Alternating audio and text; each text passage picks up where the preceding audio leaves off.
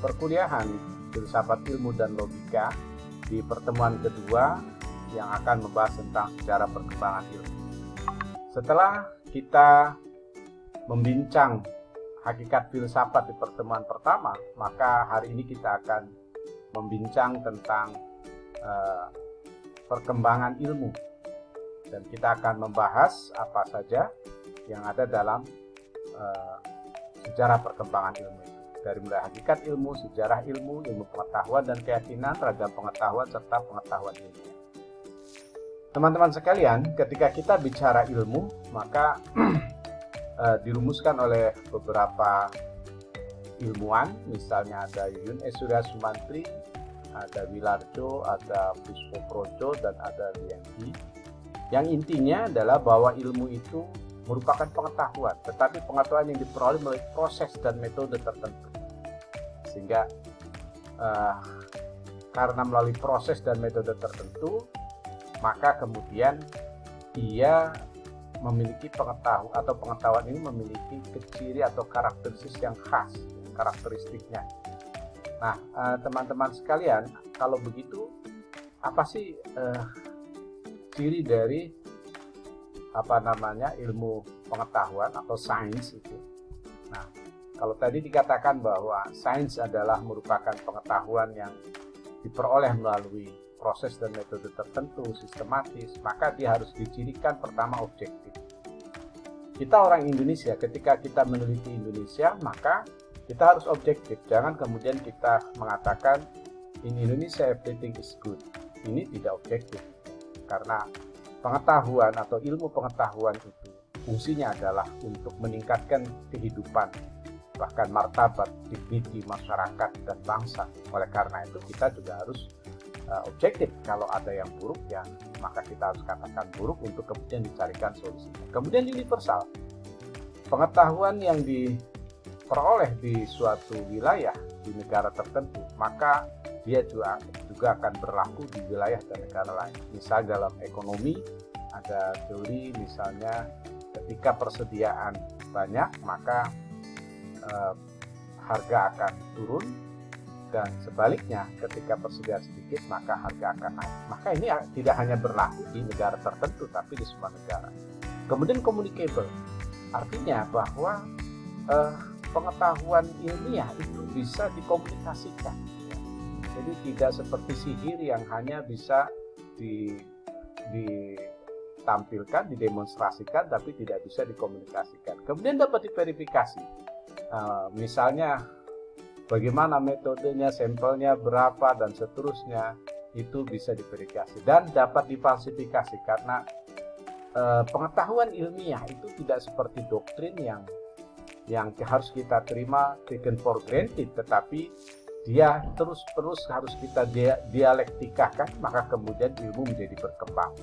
Dan yang kemudian adalah memiliki metode ilmiah dan dimungkinkan adanya replikasi. Jadi kalau kita meneliti di Papua misalnya, maka metode itu bisa direplikasi juga di Jenewa misalnya, ya.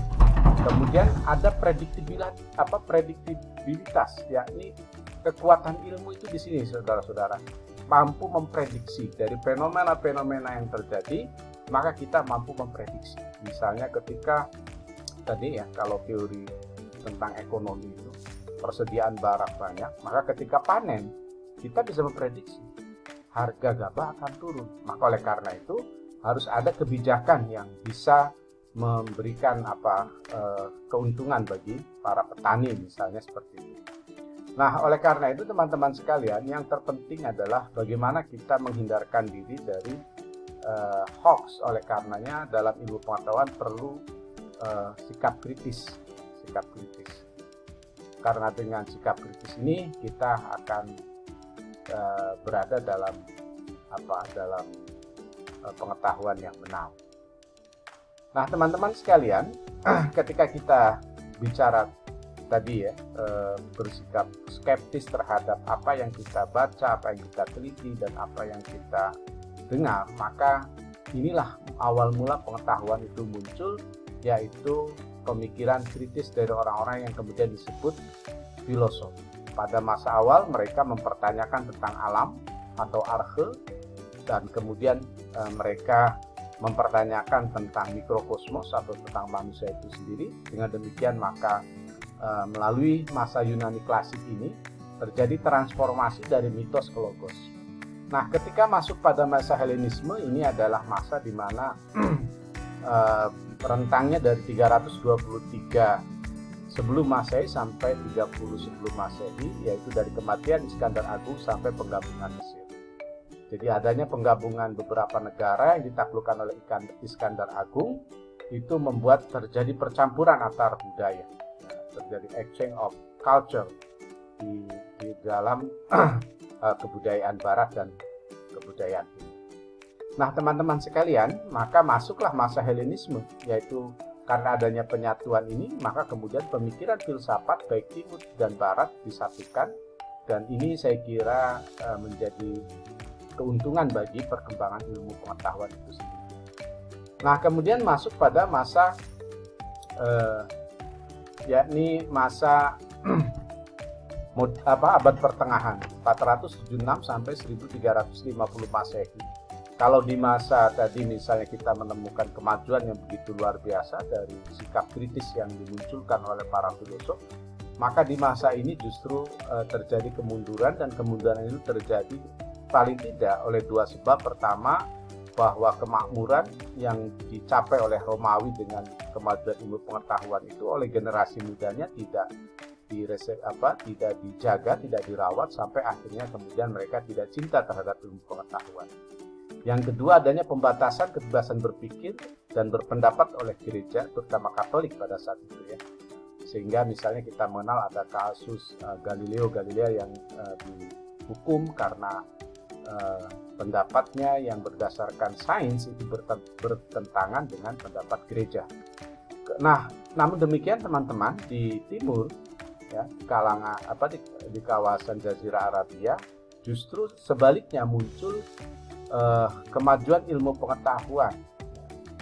Di antaranya kita menyaksikan adanya Al-Kindi, Al-Farabi, Ibnu Sina, dan kemudian ketika Islam menduduki Spanyol lebih kurang 750 tahun, kita mengenal di sana ada Ibn Rus yang begitu luar biasa, di barat dikenal dengan Averroism, dan mereka berbondong-bondong orang-orang barat datang ke timur untuk belajar, sehingga muncullah Renaissance ya. Jadi murid-murid orang Islam yang belajar tentang ilmu pengetahuan ini kemudian mengembangkan, dan mereka melahirkan ilmu pengetahuan, dan akhirnya muncul masa modern.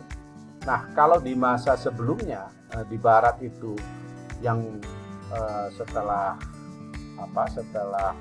masa Yunani klasik dikuasai oleh gereja Katolik, maka kemudian di masa modern ini mereka membebaskan ilmu pengetahuan dari filsafat dan agama Katolik, sehingga terjadi yang dinamakan sekularisme, yakni pemisahan antara agama dan dunia. Jadi urusan gereja hanya mengurusi agama, sedangkan urusan pengetahuan, ekonomi, politik, budaya, dan seterusnya itu adalah masalah dunia yang tidak boleh dikooptasi oleh gereja. Nah, ketika masa modern ini teman-teman diwarnai oleh rasionalisme dan empirisme.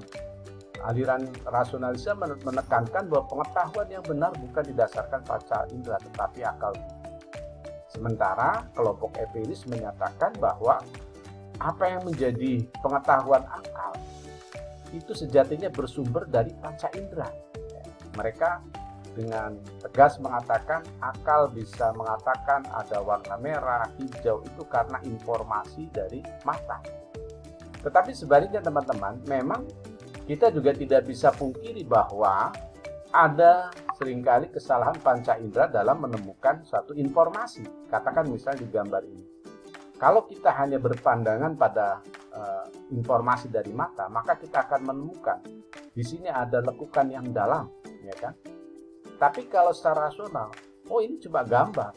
Ini sebenarnya memiliki tata yang sama, tidak ada lekukan yang dalam. Kenapa? Karena rasional atau rasio kita tidak menerima itu. Nah, teman-teman sekalian, ternyata kehidupan modern tidak memuaskan ya, tidak memuaskan kehidupan umat manusia, sehingga manusia mencoba mempertanyakan tentang kehidupan modern itu dengan postmodernisme. Karena mereka setelah mengikuti rasionalisme, empirisme ya, yang begitu ketat gitu, dan mereka mendapatkan keuntungan yang banyak, tetapi ternyata keuntungan materi itu tidak pernah mengkayakan jiwa mereka, sehingga mereka mengatakan shit, I'm still not happy, walaupun mereka sudah memiliki berbagai macam kekayaan materi. Nah, teman-teman sekalian, paradigma keilmuan postmodernisme sesungguhnya adalah satu deskonstruktif, yakni hampir semua bangunan konstruksi dasar keilmuan yang telah dianggap mapan pada masa modern itu dipertanyakan. Kemudian relativisme, yaitu pemikiran postmodernisme dalam hal realitas budaya, tidak ada budaya yang sama dan sebangun antara satu dengan yang lain, maka penting untuk saling mengapresiasi. Dan yang selanjutnya adalah pluralisme budaya, agama, keluarga, ras, ekonomi, sosial, suku, karena dalam pandangan mereka bahwa semua itu memiliki kelebihan dan kekurangan, oleh karena itu perlu mentoleransi keragaman-keragaman tersebut. Nah, teman-teman sekalian, terus bagaimana pengetahuan dengan keyakinan? Maka ketika kita bicara pengetahuan dengan keyakinan, kita akan dapati bahwa pengetahuan itu adalah khasanah kekayaan mental yang secara langsung atau tak langsung turut memperkaya kehidupan kita. Sedangkan keyakinan adalah sikap mental seorang dalam hubungan dengan objek tertentu yang disadarinya sebagai ada terjadi. Sehingga perbedaan mendasar antara keyakinan dan pengetahuan adalah dalam keyakinan tidak perlu adanya pembuktian. Sedang dalam pengetahuan, objek yang disadari itu memang ada sebagaimana adanya. Dengan demikian tidak boleh salah atau keliru. Jadi pengetahuan itu, yang pengetahuan ilmiah itu harus dibuktikan. Sementara keyakinan ya tidak perlu dibuktikan. Ya misalnya kayak doktrin, wahyu, gitu. Kita tidak perlu membuktikan surga itu seperti apa. Nah, kemudian Frans Magnisuseno memberikan perbedaan antara pengetahuan dan keyakinan, bahwa menurut beliau pengetahuan didasarkan pada pengertian terhadap fakta, sedang keyakinan terkaitan dengan pilihan dalam mengambil keputusan. Nah, teman-teman sekalian, jadi pengetahuan bagaimana kaitannya dengan agama, maka ada kontras, konflik, kontak, dan konfirmasi. Kontras, yakni ilmu pengetahuan dan agama tidak ada hubungan. Konflik, bahwa keberadaan agama menghambat kemajuan ilmu. Sedangkan kontak, adanya upaya untuk mengadakan dialog ya, antara agama dan ilmu. Dan konfirmasi adalah upaya menyoroti cara-cara agama mendukung dan menghidupkan kegiatan ilmiah. Nah, teman-teman sekalian, jadi sampai di sini kita bisa mengetahui bahwa pengetahuan itu sangat beragam. Ada pengetahuan biasa, pengetahuan agama, pengetahuan filsafat, dan pengetahuan ilmu. Nah, sesuatu yang kita tahu itu adalah pengetahuan, tetapi pengetahuan ilmiah adalah pengetahuan yang memiliki kerja tertentu dengan metodologi tertentu. Nah, di sini misalnya bahwa tidak semua pengetahuan bersifat ilmiah. Ada yang mitologi, keagamaan, bahkan yang bersifat tahayul. Ya. Pengetahuan ilmiah atau sains dicirikan dengan pengetahuan yang bersifat rasional dan empiris, yakni dapat diamati.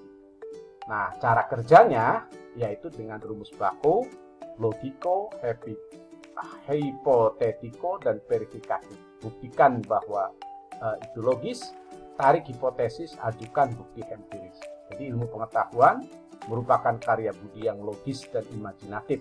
Itu menurut Sonny Kraft dan Michael Dua. Logika dan imajinasi ini dimensi penting dalam seluruh kerja ilmu pengetahuan. Sehingga dengan demikian, maka ketika kita bicara pengetahuan ilmiah, di sini kita akan menemukan ada hipotesis, ada teori, dan kemudian menjadi hukum. Jadi hipotesis dibuktikan maka menjadi teori, teori terus-menerus maka akan menjadi hukum. Inilah cara kerja pengetahuan ilmiah atau sains, yakni bagaimana kita menghipotesis, kemudian memverifikasi, dan kemudian kita ajukan bukti empiris. Teman-teman, semoga bisa mengambil manfaat. Terima kasih. Wassalamualaikum warahmatullahi wabarakatuh.